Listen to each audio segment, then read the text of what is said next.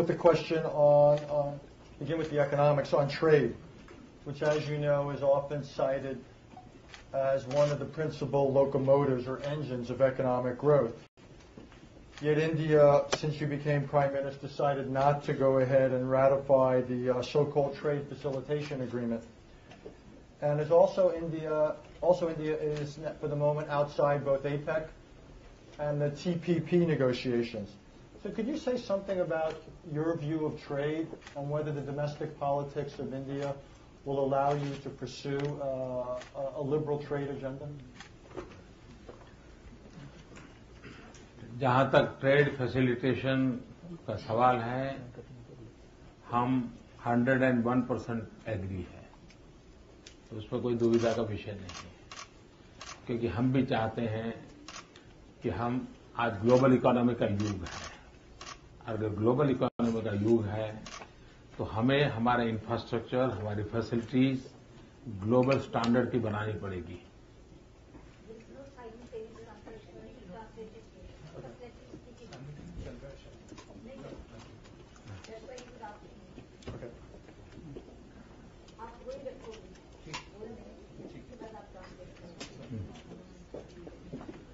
और इसलिए हम भी मानते हैं कि विश्व के साथ हमको काम करना है।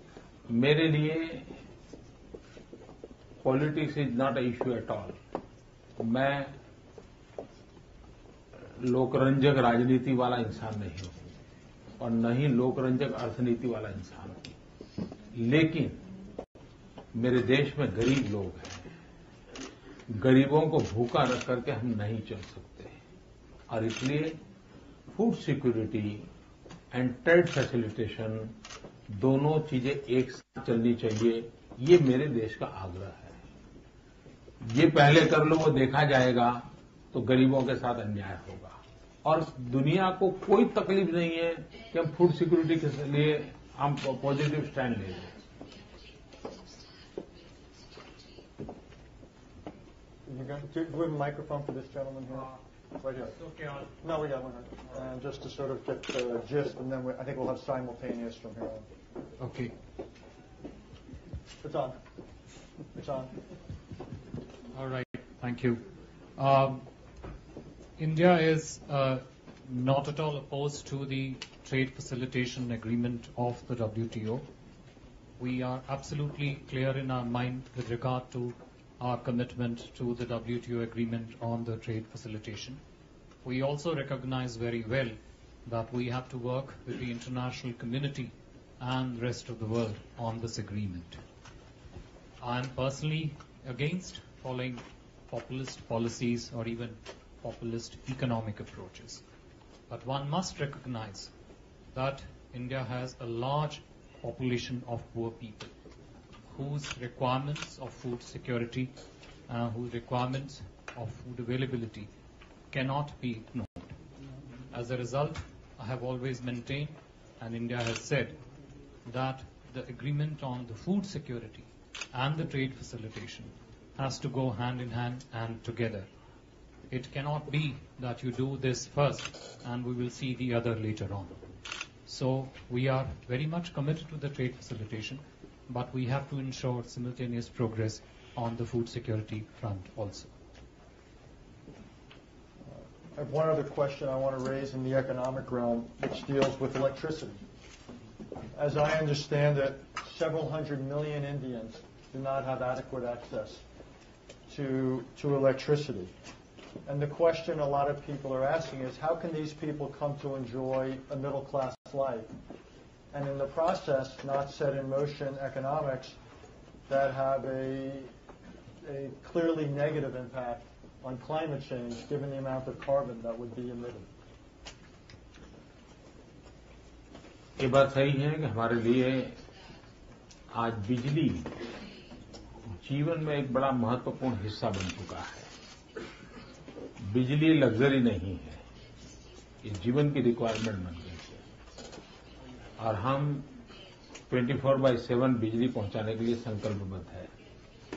मेरी सरकार ने अपने मैनिफेस्टो में कहा है, अपने एजेंडा में कहा है कि नेक्स्ट 5 ईयर में हिंदुस्तान के हर गांव में 24/7 पावर सप्लाई करेंगे और ये संभव है। हमने जिस प्रकार से एनर्जी सेक्टर में काम किया उसमें भी हम क्लीन एनर्जी पे बल दे रहे हैं। हम सोलार के लिए रूफटॉप पॉलिसी लेकर के आ रहे हैं और इसलिए अब हिंदुस्तान में बिजली का संकट रहेगा ऐसी संभावनाएं बहुत कम है। जहां तक क्लाइमेट चेंज का सवाल है, शायद आप लोगों को जानकर के आश्चर्य होगा, मैंने पहले ही कहा कि मैं गुजरात में जब था, अल गौर ने एक किताब लिखी है इनकन्वीनियंट ट्रूथ, मैंने एक किताब लिखी है कन्वीनियंट एक्शन, और वो मैंने एनवायरमेंट पे लिखी है। और जो किया जा सकता है यानी political will say environment friendly काम कैसे किया जा सकता है वो मैंने उसमें सिद्ध करके दिखाया है। और इसलिए डेवलपमेंट एंड क्लाइमेट ये दुश्मन है, ये जो सोचा जा रहा है वो गलत है। हम दोनों को केयरफुली स्ट्रीमलाइन करके आगे बढ़ा सकते हैं।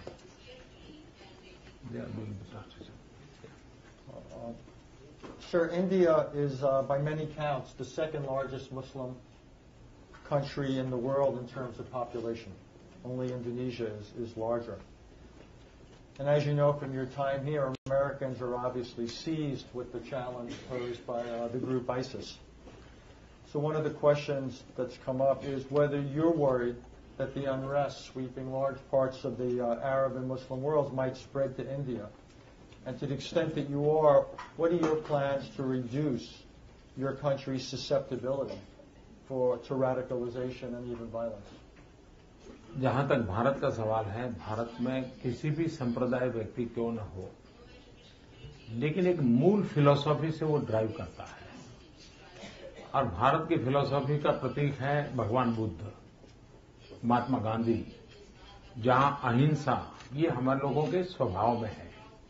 आपने देखा होगा कि इतनी टेररिस्ट एक्टिविटी हमारे देश में चली है, टेररिज्म के कारण हम परेशान हैं, लेकिन सारे टेररिस्ट एक्टिविटी हमारे यहां एक्सपोर्टेड है, किसी ने हमारे यहां एक्सपोर्ट किया है, होम ग्रोन नहीं है।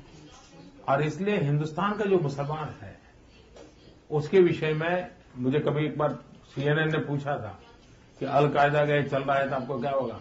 मैंने कहा हिंदुस्तान का मुसलमान अलकायदा को फेल कर देगा।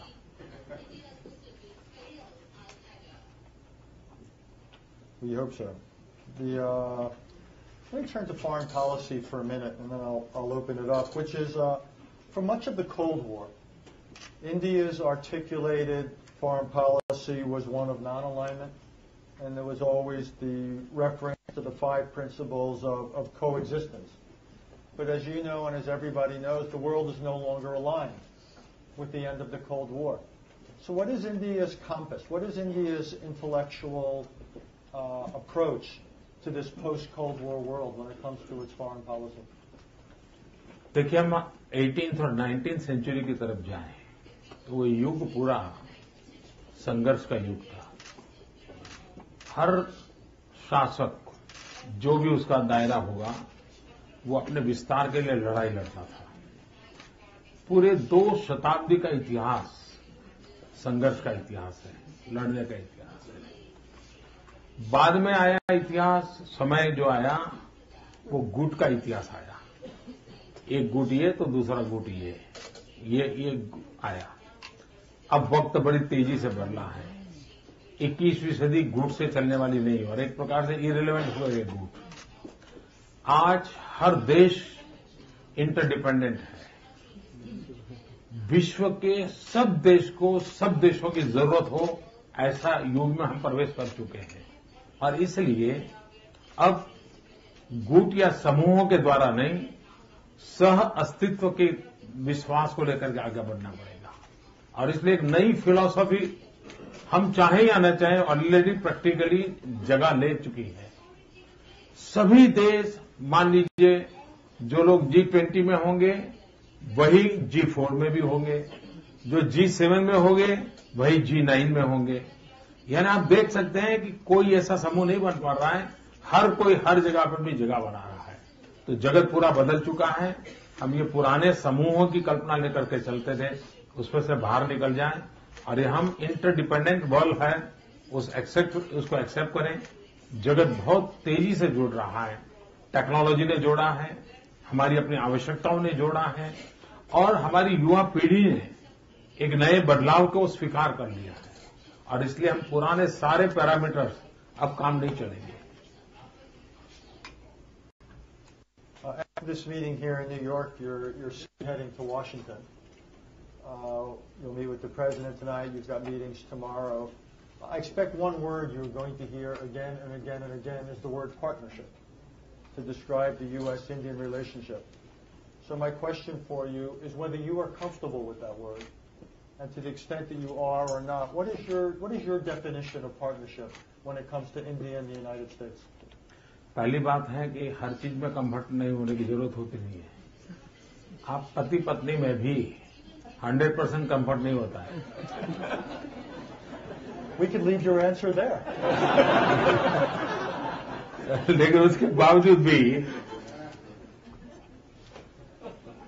लंबे समय तक एक बाइंडिंग रहता है।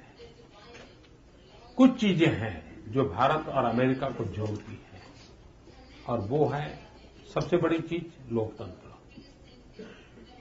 ओपननेस। सोसाइटी में जो ओपननेस है वो दोनों के संस्कारों में है। तीसरी बात, अब देखिए अमेरिका, सारी दुनिया अमेरिका में आकर के बसी है। ये अमेरिका के कैरेक्टर का हिस्सा है कि सबको एसिमिलेट करते हैं और इंडियन सारी दुनिया में बसा हुआ है, तो सारी दुनिया को एसिमिलेट करने की ताकत एक इंडियन में है। ये दो ऐसे कैरेक्टर हैं जो एक दूसरे को जोड़ते हैं। और तीसरी बात है आर्थिक बात, वो लेन देन का विषय रहता है, वो व्यापारिक संबंध रहते हैं, कभी आपके फायदे में कभी हमारे फायदे में, वो गिव एंड टेक फार्मूला के आधार पर चलते हैं। लेकिन दोनों देशों के लोकतंत्र के प्रति श्रद्धा वो हम लोगों को जोड़ के रखती है। We started a few minutes late, so if it's okay, we'll go on a few minutes. And one of the traditions at the Council on Foreign Relations, again, you were extraordinarily generous about this organization, is our members get a chance to ask a few questions. So why don't I turn to them? These questions will be tougher than the one from me. I should warn you. Ken Juster, I saw you had. People just wait for the microphone and keep it as short as possible and introduce themselves. Hi, Ken Juster with the firm Warburg Pincus. I just wanted to follow up on Richard's last question on the partnership between the United States and India. You've described what features we have in common, but do you have another word I think you'll hear tomorrow is strategic partnership, and do you have a vision for that partnership and how the United States and India can work together on global issues and regional issues?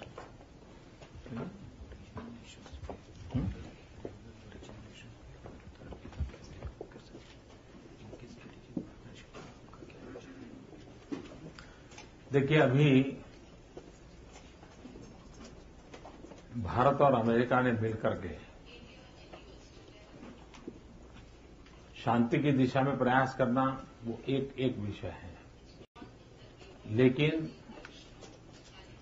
आर्थिक विकास को लेकर के अभी हम जब मिलने वाले हैं तो उस विषय को भी हम जोड़ने वाले हैं। यहां पर जो रिसर्च होती है उस रिसर्च का उपयोग हो सकता है कि अन्य देशों के साथ मिलकर, विशेष करके भारत के साथ मिलकर के, जहां पर उस रिसर्च को धरती पर उतारने में प्रोडक्टिविटी की संभावनाएं ज्यादा है और यूटिलिटी ज्यादा है, तो हम उस क्षेत्रों में भी काम कर सकते हैं। दुनिया की तरफ देखने का हमारा दृष्टिकोण वो सिर्फ उपयोगितावाद पर नहीं। मैं आज भी मानता हूं कि भारत और अमेरिका के संबंध, अमेरिका के हित के लिए अमेरिका के संबंध और भारत के हित के लिए भारत के संबंध, उसके बजाय अमेरिका और भारत मिलकर के दुनिया के हित में हम क्या कर सकते हैं, ये अगर हमारी बेसलाइन बनती है तो हम दोनों की ताकत विश्व को बहुत काम आ सकती है। और मैं जब मिस्टर कैरी मुझे मिले थे तो मैंने इस विषय को बड़े विस्तार से उनके सामने मैंने प्रस्तुत किया था। Is Afghanistan one of the areas you think we can work on together in a productive way? Is Afghanistan one of the challenges we can work Afghanistan एक तो बड़ा एग्जाम्पल है। अफगानिस्तान एक्चुअली एग्जाम्पल है। भारत के बहुत लोग अफगानिस्तान में रहते हैं और एक प्रकार से अमेरिका और इंडिया की पार्टनरशिप ने अफगानिस्तान में बहुत बड़ा रोल प्ले किया है। हम भी चाहते हैं कि अफगानिस्तान स्थिर लोकतांत्रिक तरीके से विकास की यात्रा को आगे बढ़ाए, ये हम भी चाहते हैं। अमेरिका ने वहां जो सिक्योरिटी के मेजर्स में मदद की, उसके कारण एक स्टेबिलिटी मिली। आज भी हमारी कोशिश ये है, और जो अभी चुनाव होने के बाद नई सरकार वहां पर स्थापित हुई है, उस सरकार में भी तालमेल करने में भारत और अमेरिका ने दोनों ने मिलकर के बहुत एक सद्भावना अपनी प्रकट करते रहे हैं और एक अच्छे नतीजे की तरफ अफगानिस्तान गया है।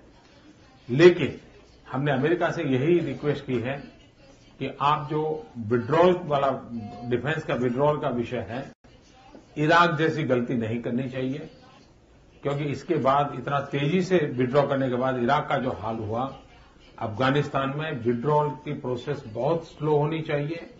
अफगानिस्तान को अपने बल पर खड़े होने देना चाहिए, तभी जाकर के तालिबान को उभरने से वो रोक पाएगा। और इसलिए अमेरिका और भारत दोनों ने मिलकर के अफगानिस्तान में पूरी तरह कंधे से कंधा मिलाकर के काम किया है।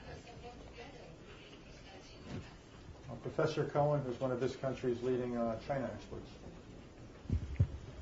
Mr. Prime Minister, you set an admirable example for the world in June when you accepted the arbitration decision of a Law of the Sea tribunal, even though it awarded most of the Bay of Bengal that was in dispute to Bangladesh.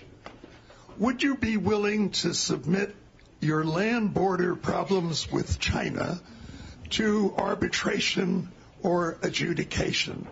The Chinese government has thus far rejected the use of arbitration or adjudication. The Philippines is now putting China to the test. Would India be willing to do something similar? चीन और भारत दोनों सक्षम है बातचीत के द्वारा अपनी समस्या का समाधान करने के लिए।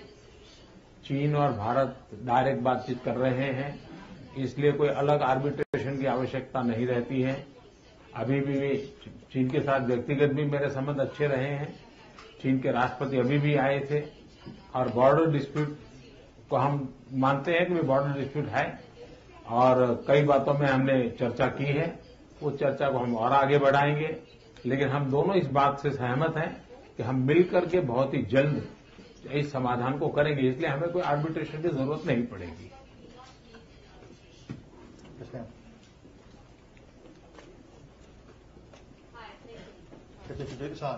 Don, hi. I'm Tara Lawson-Reamer, formerly a fellow here at the Council and now legal and campaign director with Avaz, a global civic organization with over 38 million members worldwide.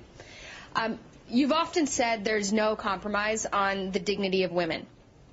So given the enormous potential of Indian women and the challenges they face every day, what is your vision for a made-in-India approach to ending gender-based violence and inequality? Is your government exploring the establishment of a prime ministerial task force or any other concrete milestones to be a global leader on this issue that's so fundamental to the lives of so many? This may also be a good moment to introduce both your foreign minister and your foreign secretary.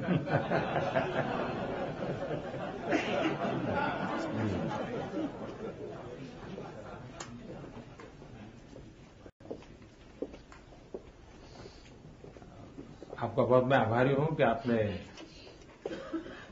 जो मैंने initiative लिए उसके विषय में जो अच्छे शब्द सुनाए। दुनिया के कई भाग ऐसे हैं कि जहां देश का प्रमुख महिला नहीं बन पाता है। प्राइम मिनिस्टर या प्रेसिडेंट महिला को बनना है तो आज भी कई देशों में बहुत दिक्कत है, लेकिन भारत और एशिया के देश ऐसे हैं कि जहां महिलाएं प्रधानमंत्री रही हैं। और आज मेरे फॉरेन मिनिस्टर भी महिला है, सुषमा स्वराज यहां बैठी है। मेरी फॉरेन सेक्रेटरी भी महिला है। सुजाता सिंह, और मेरी कैबिनेट में 25% विमेन है कैबिनेट मिनिस्टर। लेकिन ये इस बात से बात पूरी नहीं होती है। विमेन एम्पावरमेंट के लिए सबसे पहली बात है गर्ल चाइल्ड एजुकेशन। हम लोग डेडिकेटेड हैं गर्ल चाइल्ड एजुकेशन के लिए। और I would like to share my experience in Gujarat. मैं जब गुजरात में मुख्यमंत्री था तो मेरे यहाँ गर्ल चाइल्ड एजुकेशन का जब मैंने जाना, पहली बार जब मुख्यमंत्री बना, तो it was painful for me कि गुजरात जैसे राज्य में गर्ल चाइल्ड एजुकेशन का ये हाल है। फिर मेरे यहाँ स्कूल शुरू होती है 15 जून को, जबकि हमारे यहाँ टेम्परेचर होता है 45 डिग्री। यहाँ पर 24 डिग्री में भी गर्मी लगती है, हम 45 डिग्री में वहां रहते हैं। तो 13, 14, 15 जून मैं खुद गांव जाता था। मेरे पूरे सभी मंत्री परिषद के लोग जाते थे, सारे मेरे एमएलए एमपी जाते थे, और हम घर घर जाकर के मैं भिक्षा मांगता था। और लोगों को मैं कहता था कि भिक्षा में आप मुझे वचन दीजिए कि आप अपनी बेटी को पढ़ाओगे। और मैं स्कूल बच्चियों को लेकर के खुद स्कूल ले जाता था, और मैं 100% एनरोलमेंट में सफल हुआ। मैंने जो चीफ मिनिस्टर 100% में सफल हुआ। वहां पर मैं अटका नहीं। मैं कहीं पर भी जाता था पब्लिक फंक्शन में, तो मुझे गिफ्ट कुछ न कुछ देते रहते हैं लोग, वो गिफ्ट देते थे, उस गिफ्ट को मैं ऑक्शन करता था। जब मैं मुख्यमंत्री पद से गुजरात से बाहर निकला तो उस ऑक्शन में मुझे 78 करोड़ रुपया टोटल मिला। 78 करोड़ रुपया मैंने गर्ल चाइल्ड एजुकेशन के लिए दान दे दिया सरकार को। ये कमिटमेंट है हम लोगों का।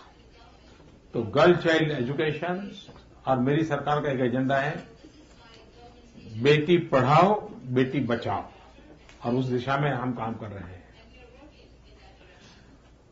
दुनिया के कई देश हैं जहां महिलाओं को वोटिंग पाने के लिए सालों तक संघर्ष करने पड़े, आंदोलन चलाने पड़े। डेवलप कंट्रीज को भी विमेन को वोटर राइट के लिए लड़ाई लड़नी पड़ी थी। भारत में विमेन को इलेक्शन में भी 30% रिजर्वेशन है। कोई भी बॉडी होगी 30% महिलाएं कंपलसरी है। यानी इतना हम फॉरवर्ड लुकिंग देश हैं।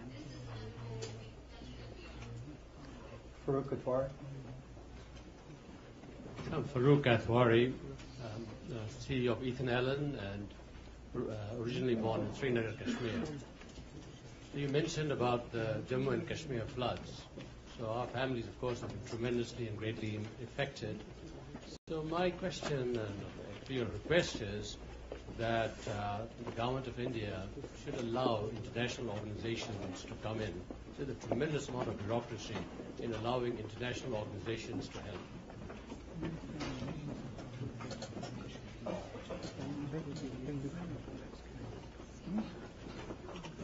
पहली बात है कि दुनिया के कई देशों ने अपने आप कश्मीर को मदद पहुंचाई है। जब गुजरात में भूकंप हुआ था, गुजरात में भी अंतर्राष्ट्रीय कम्युनिटी ने काफी मदद पहुंचाई थी।